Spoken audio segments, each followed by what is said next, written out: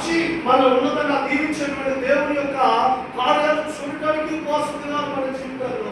అయితే అది కూడా ఒక క్రమాన్ని దేవుడు ఏర్పాటు చేసి ఆ క్రమంలో మనం నడుచుకుంటేనే దేవుని యొక్క కార్యాలు మనము చూసేవారిగా ఉంటాము అనేటువంటి సత్యాన్ని దేవుని వాక్యము తెలియజేస్తాము. రెండవదిగా మనం చూస్తాం, అక్కడే రాస్తూ ఉన్నాడు, ప్రతి లోయ ఎత్తు చేయబడదు, ప్రతి పర్వతమును ప్రతి కొండను అణచవలెను. ప్రైజ్ ది లార్డ్, హల్లెలూయా.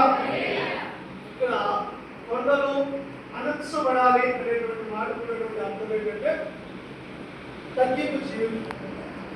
ఈ రోజులో మనం చూస్తూ ఉంటే చాలా మంది ఉన్నటువంటి ఏంటంటే గర్వం కదా. ఏదైనా వాళ్ళు చేయకండి, ఏదైనా వాళ్ళు చేయకండి.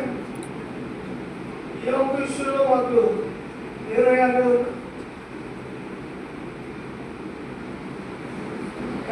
హల్లెలూయా. జాగ్రత్తగా గమనించు. కొండలు అణుచబడాలంటే మనలో ఉన్నటువంటి ఆ గర్వము, అంటే ఆ అణుచబడాలంటే మనలో తగ్గింపు జీవితం కలిగి మనము జీవించాలి.